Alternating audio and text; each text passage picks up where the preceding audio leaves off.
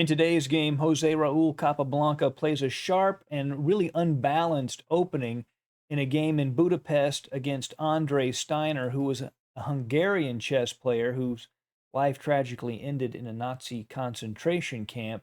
But we see in this game he's quite a strong player, Andre Steiner. He had the white pieces. Capablanca has black.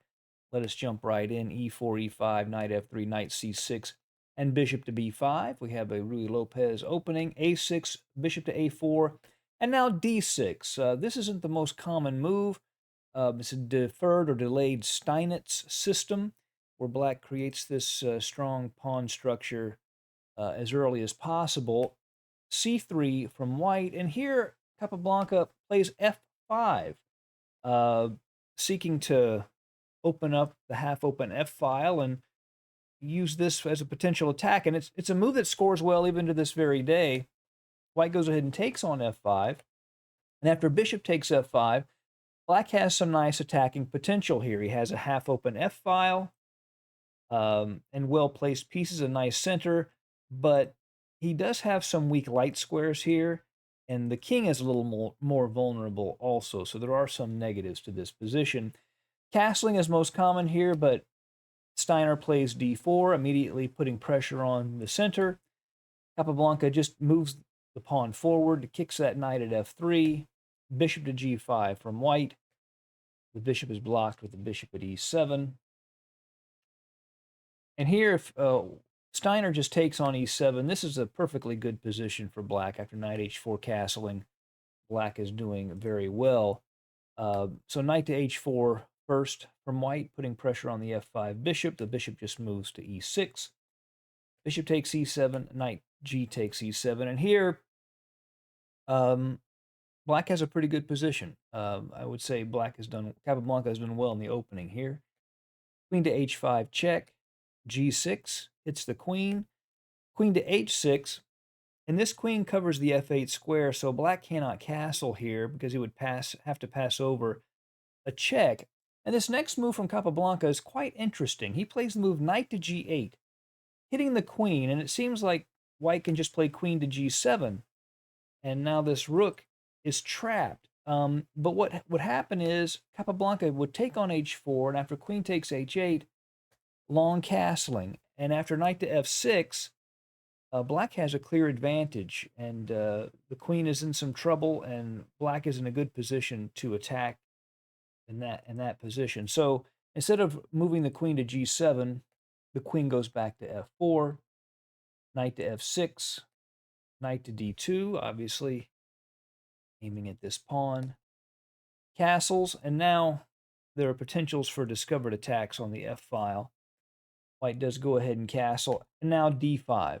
Capablanca adds some more strength to this e4 pawn. Queen to g5, perhaps playing rook a to e1 and f3 to open up these lines of attack on the f and the e file. Knight to h5 from black, offering the exchange of queens. The queens do come off the board. Capablanca takes with the knight so that he can play c6 and strengthen this pawn chain. And also there's a serious threat on the board right now. Capablanca is threatening to play g5, and that would trap this knight at h4. So Steiner has to do something about that. So he plays g3 so the knight has a square to retreat. Capablanca plays bishop to h3, aiming at that rook. Steiner just moves the knight back to block that line of attack. Knight to e6. So looking at the position, Capablanca has space, and he would love to enter a knight into this f3 square. Knight to g5, knight to f3 check. That would be very difficult for white to deal with. So Steiner plays bishop to b3, immediately applying pressure to the d5 pawn, but just c6 keeps that pawn solid. And now bishop to d1. So Steiner wants to take this knight off the board and ruin black's pawn structure. However, you'll notice, as we mentioned, there are a lot of light squared weaknesses in this position. And if white's light squared bishop were to get traded off while black gets to keep his light squared bishop, that would mean he was in big trouble on the light squares. And because of that, Capablanca goes ahead and lets his pawn structure be ruined. And after rook a to e8, bishop takes knight. And so the pawn structure has been damaged, but now it is much easier for Capablanca to get in on these light squares because there's no longer a bishop to defend them. And Steiner plays a good move, an interesting move anyway here, f4. So he knows that this f3 square is a big problem. By playing f4, he makes it harder for black to get at this square. The rook is now blocked by the pawn. The knight no longer has the g5 square to pivot towards. So that's all good. The problem, of course, is that he gives black a protected passed pawn in the middle of the board. So his hope, I imagine, is that he might be able to blockade that pawn and place a knight here and give it some strength from the blockading position. But h4 from Capablanca, he wants to take these two weak pawns and use them to work on white's pawn structure. Rook f to e1, pawn takes g3, pawn takes g3.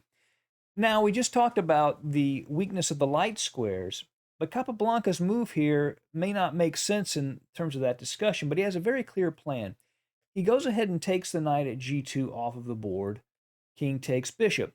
And his plan is very simple. He wants to play rook to e7, rook to g7, and use these two rooks to apply as much pressure to the g and f pawns as he possibly can. Just aim right at them. And it's really hard for white to deal with this. Rook to e7, knight to f1. So the knight is defending g3. He could come into the blockading square, but he doesn't have time at the moment. He has to tend to these pawns. Now rook to g7, and Capablanca is applying maximum pressure. And he's threatening at the moment to take on f4 because there's a pin on the g-pawn. He could take it with the rook or the knight. King to h1, and now h5. The second weakness, the second weak pawn advances to undermine white's pawn structure. c4, white's trying to weaken d5. Of course, he weakens his own pawn at d4 in the process, but he figures maybe he can get his rooks active on the d file. Knight takes d4, rook e to d1, hits the knight and aims at d5. The knight goes to f3, pawn takes d5, and black could take, rook takes d5, and black is better here. But he plays h4, and that allows Steiner to get back into the game. Over the next few moves, Steiner really plays some very strong chess. First, he plays d6. So now he's got a passed pawn backed up by a rook that Capablanca has to worry about. Capablanca takes on g3, and he's threatening g2, which would actually be checkmate here. So white has to do something about the threat of g2. He blockades it with his king. Knight to h4 check. King to g1, g2, hitting the knight. The knight goes to h2. And here, Capablanca plays rook takes f4. And his position looks quite strong. Probably the best move here is to just play rook to d7 to stop the pawn. But he plays rook takes f4. And in this position, there's a kind of a subtle point, but it is an important point. If white were to just advance the pawn here, then Capablanca could play rook to f1 check. And after rook takes f1, gf1 check, king takes f1, rook takes d7, black is just winning in this endgame. So that's just not an issue at all. But the reason that line works is because it distracts the rook from the d file. And by the way, just to take a quick look at that, I didn't put this in the notes, but if the knight takes, then a move like this, and then you can actually queen on the g1 square. That's why you don't. That's why you'd have to take with the rook. So what Steiner does, because he doesn't want his rook distracted from supporting the d pawn, is he plays rook to d4, and that immediately makes this an almost equal endgame, just like that, because now he's covering the f1 square with this rook, but the rook at d4 supports the d pawn. He's also applying pressure to the e pawn. So this is a very strong move from Steiner. Now rook to d7 is played. rook to e1, attacking that e4 pawn. White is almost equalized here. Knight to f5, hits the rook, sort of forces this.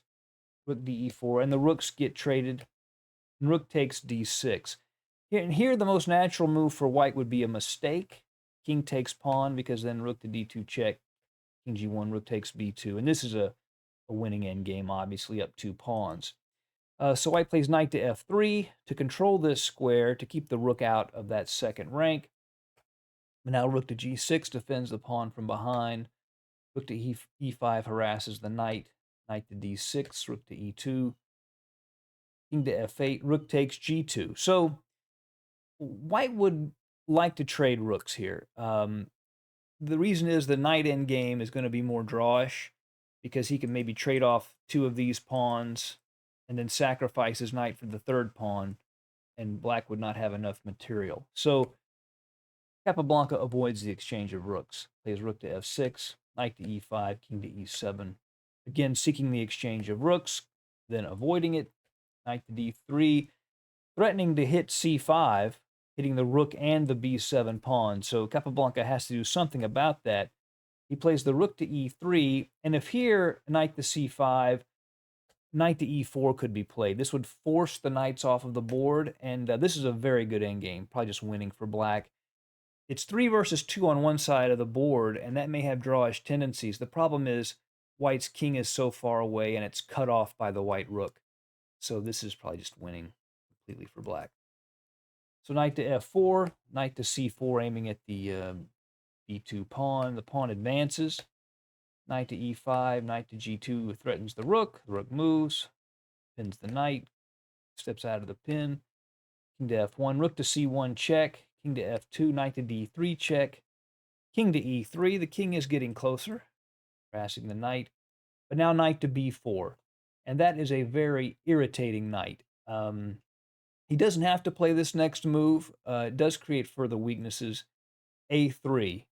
But the knight is quite irritating. So rook to c3 check, king to d4, and rook to c2. And if rook takes c2, knight takes c2 check, and that would pick up that a3 pawn. So white cannot exchange those rooks. He instead plays rook to e1. Yes, his knight is hanging, but then so is black's. And the little maneuver Capablanca uses here is quite nice. First he plays c5 check, king e4, and now rook takes g2. And now when white takes the knight, he's able to play rook to g4 check, and he's able to completely maintain a healthy pawn structure.